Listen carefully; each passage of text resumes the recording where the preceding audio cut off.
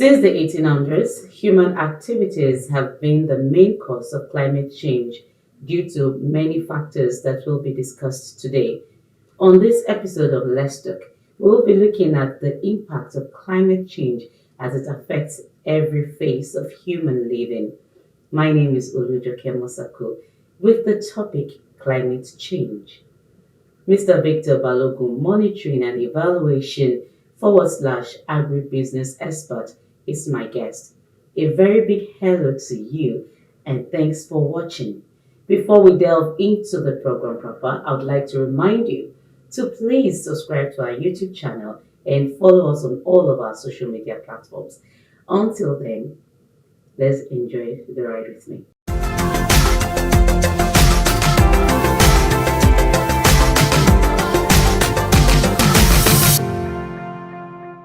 Thank you so much, Mr. Victor, for coming on the show. Thank you for having me. I'm grateful. All right.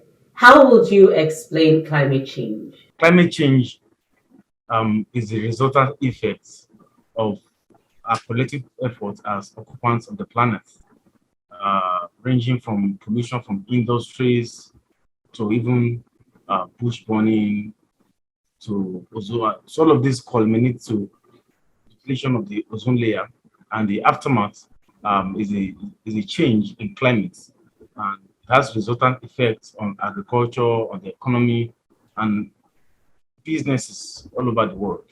So climate change basically emanates from our actions and inactions as humans. Hmm. So, World Meteorological Organization wrote that 2021 was a make or break year for climate actions. Would you agree with it, considering all that happened in 2021? Yes, absolutely. Considering the fact that there was this United Nations climate change conference of parties that held in Glasgow. So it was a defining moment for the world to make big polluters to pay. And as a result, send a signal to these big polluters that they cannot continue to destroy the planet Earth and go and get away with it. So it provided a very unique opportunity for world leaders and stakeholders to make these big polluters know that they cannot begin to destroy the planet and make away with it because they have the money. So, but unfortunately, the COP, well, a lot of agreements were made, but we expected more. The expectations were quite high, and we're expecting that to be a defining moment. But eventually, it was the agreements were neither here nor there. So eventually, we are still here. We are still here again, and coupled with the fact that the reality of COVID-19, a lot of households are affected, particularly um, people in developing countries like Nigeria, of course, large parts of Africa, and virtually all African countries and some other developing countries have been faced with this aftermath of activities of these big polluters. So that COP26 will have helped to really mitigate uh, this pollution from these big industries that are contributing immensely in depletion of the ozone layer and as well leading to climate change. And like I really want to say, it's people at these developing countries that are really facing the aftermath of this climate change. For instance, farmers cannot really enjoy the rainfall, and most of these farmers don't even have the luxury of irrigation, so they depend on rainfall. So, and the extent of rainfall has reduced as a result of climate change. And in corn north, for instance, in Nigeria, the northeast, um, deforestation and a lot of crisis relating to water has affected them seriously. So drought is on the increase as a result of climate change. And all of this action, is a kind of a cumulative effect from these big polluters. So, like you rightly asked, 2021 was a very big opportunity because of the COP26. But I guess we didn't really, the stakeholders and world leaders did not utilize the opportunities to the maximum. Okay, so how would you, because I want us to actually speak further on this COP26 as knowing that we just had just of recent the meeting was held, and there were a lot of deliberations, and they reached a reasonable amount of positive, or would we say something that would really have a positive impact on the world. Now, looking at that, how productive and effective would you say that will be in the real sense of it? Before I will like to say how productive or how effective it is, I would like to state a quote from climate activist Greta Thunberg, who led the protest of thousands in downtown Glasgow during the COP26. And in his words, he called the COP26 a PR event. And his quote said, "It should be obvious that we cannot solve the crisis with the same methods that got us into it in the first place." Of course. So this from Thunberg Greta, a climate change activist. So largely, like I said, it was more or less a conference where world leaders didn't make a definitive agreement or a definitive action on climate change. It was more or less agreements here and there, but fell short of climate action. All we expected is action, as in drastic action, because our world is facing a lot of challenges, and coupled with the fact that COVID-19 is here. So we needed something definitive, but eventually it was more or less of agreements here and there instead of an action. I also want to read a quote from Vanessa Nakata, a Uganda climate change activist. She told world leaders during the COP26 that we are drowning in promises. Only immediate and drastic action will pull us back from the abyss. So the conference eventually ended with agreement of compromise. So that said, well, there were one or two agreements here and there from COP26, and I will say emphatically that we needed an action, not just agreements here and there. And there were declarations, couple of declarations here and there, and I'll just go through some of those declarations before I also mention one or two things. I'll just read the declarations. The first one said the Glasgow Food and Climate Declaration, that's the first one. Declaration states plainly that global food systems account for roughly a third of greenhouse gases and are at the heart of many of the world's challenges today, including biodiversity loss, enduring hunger and malnutrition, and escalating public health crisis. The signatories then agreed to weave food policies into their climate strategies. So, matter of fact, this declaration is a pointer to the fact that world leaders understand the impact of climate change on food systems. So that's why they came up with this declaration. And second declaration, the US pledges $1 billion in joint initiative on sustainable agriculture. Along with the United Arab Emirates, the United States led an initiative called AIM for Climate. 30 countries have signed on in support with the goal of finding new innovations in smart agriculture and sustainable food system. By the end of COP26, the initiative raised $4 billion, including $1 billion from the US. And I'd like to mention what the critics of this particular declaration said. Critics of this plan say it's an attempt to find workarounds for current farming practices, to reframe them as part of the solution rather than recognizing the current systems as part of the problems. So basically, what leaders they need to do more rather than just giving half solutions. There's need for a holistic effort in ensuring that this climate change is mitigated to the barest minimum. The final one, before I mention statement from the civil society, it says dairy net zero declaration. Dairy helps create sustainable food systems, and by improving productivity and efficient use of resources, the dairy industries already have the means to reduce methane emissions. Looking at ways to capture the methane produced by livestock and turning it into biogas and using it as fuel. So this is an aspect I love so much, because as livestock producers, we cannot. Some of the actions were like there should be reduction in consumption of meat, but so that methane will be produced. So, but if more methane is being generated from livestock, there can be reduction in ozone layer depletion. So this is one of the declarations that I love the most. But like I really want to mention earlier on, some civil society organizations felt that there's need to do more, rather than making declaration on net zero, saying by 2050 we achieve net zero, and whereas we need something to be done immediately, a drastic measure. That's why some 14 civil society organizations, including corporate accountability and public participation Africa, Friend of the Earth International, and Corporate Accountability and Action Aid, and a couple of other international CSOs came up with a lot of action points that what we need is that big polluters must pay. That as big polluters pay for the pollutions they cause, it will serve as deterrent for other polluters. And by the time they pay heavily, they will reduce all these pollutants in their activities, in their industrial activities, because they're interested in making money at the detriment of lives and at the detriment of our climate, which must not go on. We must not continue in this trend if we really want to preserve our climate. Thank you. Thank you so much for that. Let's quickly go on this break, and when we come back, we continue from there. Please stay with us.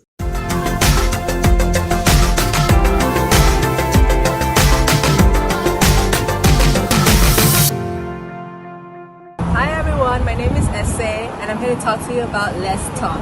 It's a show on DNTWOK, which is DNTWOK. It's a very inspiring show, very informative. You will learn a lot on this show. So I invite you to please join DNTWOK, like, subscribe, and share with everyone you know.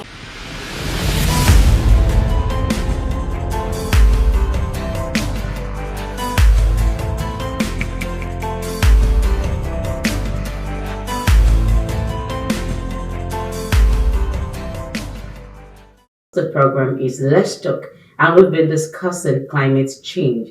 My guest also has been Mr. Victor Balogun. He is a monitoring and evaluation forward/slash agribusiness expert, and he's been saying a whole lot of things. And if you're just joining us, well, I would advise you to actually go along with us, as there is more for you today. Thank you so much for standing by, Mr. Victor. Thank you. Thank you very much.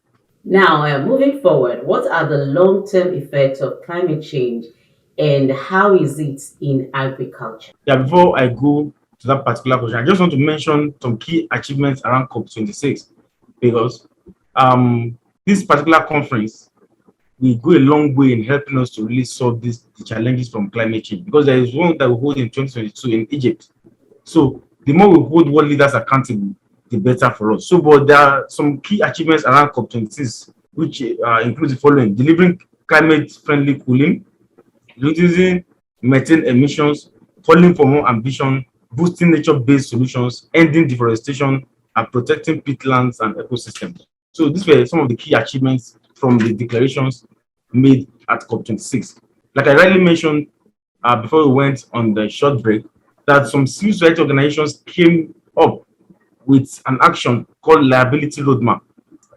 Will make every one of us, citizens, civil society organizations, human rights activists, to be able to hold governments and these big polluters accountable for the pollution they are causing to our climate. So it's a holistic document that will help us as stakeholders in this project called climate action to understand how we can hold industries accountable and how we can make big polluters to pay. So it's very important that we understand this. So the more we understand the integrity of this, of the content of the document, the more we're able to declare, the more we're able to demand for more action from our respective leaders. So because it's a holistic document that was developed by 14 international non-governmental organizations. I was privileged to be part of the digital media volunteers for corporate accountability and public participation in Africa during the COP26. And we had a campaign on Twitter demanding that big polluters must pay. Because as an agriculturalist, I understand the effect of climate change on agriculture. I work majorly amongst rural farmers in the northeastern part of Nigeria. And these are poor people that are downtrodden. And particularly in 2019, most of the farmers experienced huge losses from their agricultural activities. And these are people that are just coming out from the effect of Boko Haram insurgency in Nigeria.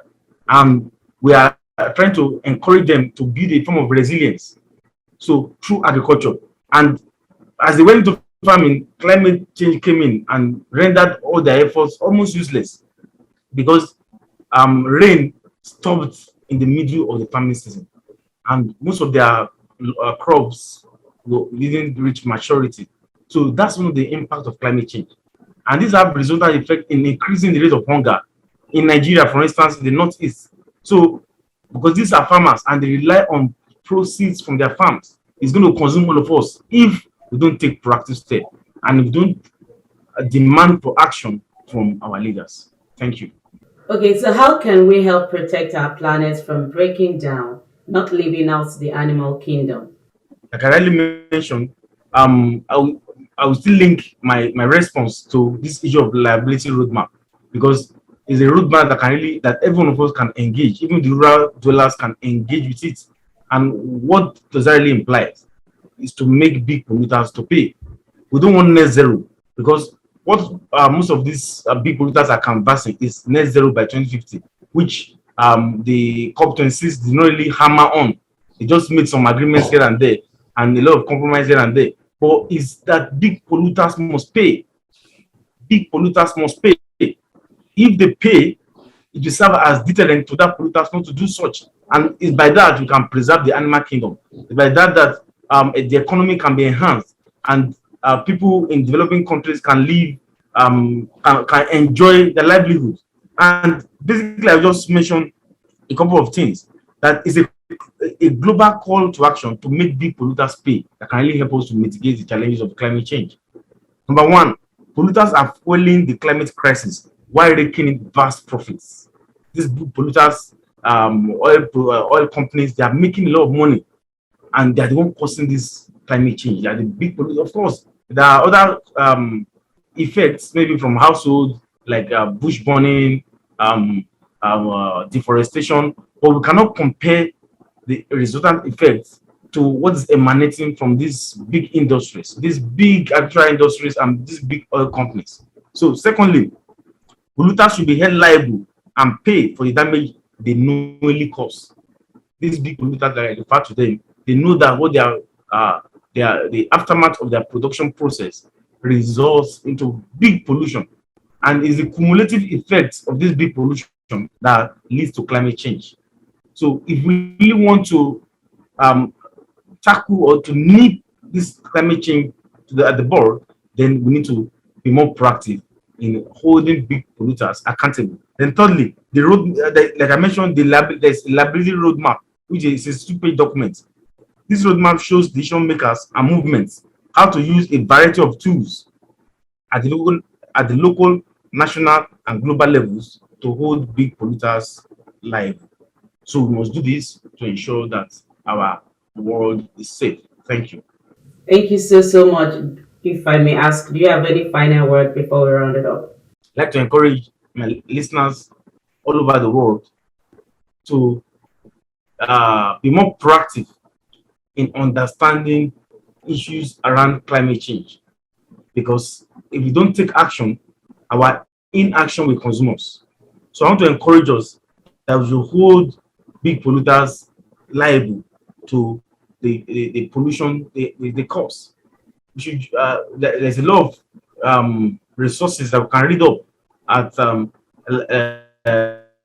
liability.com. You can just Google it, and I will be sharing a document with our host. You can read a lot of documents. You can say you as a citizen, there's a lot of role you can play. You can read more. There are a lot of resources you can read up in that particular website, and you can also access the document to understand. You can also join this movement so that collectively we can demand for climate action, not just compromises here and there, not just agreements here and there. We want action. We want action and not compromises, so that generations to come can be sustained. If our forefathers have destroyed the climate, we will not have anything to hold on in this present 21st century. So we need to also, preserve the climate so that our grandchildren and great grandchildren yet unborn can also have something to hold on at their during their own time. So I want to encourage listeners all over the world to be more proactive in ensuring they lend their voice towards demanding for climate action.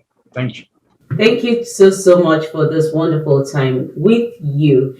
And to you out there, I really appreciate the fact that you are watching this video right now. You're watching this program at the moment. And I hope you've learned something very tangible about climate change. It is essential that we all come together to make our world a better place. Because if we make it okay, it will be good for us. And if we do otherwise, we're also going to pay for it. Until next time, I remain Olija Kemusako. Bye for now.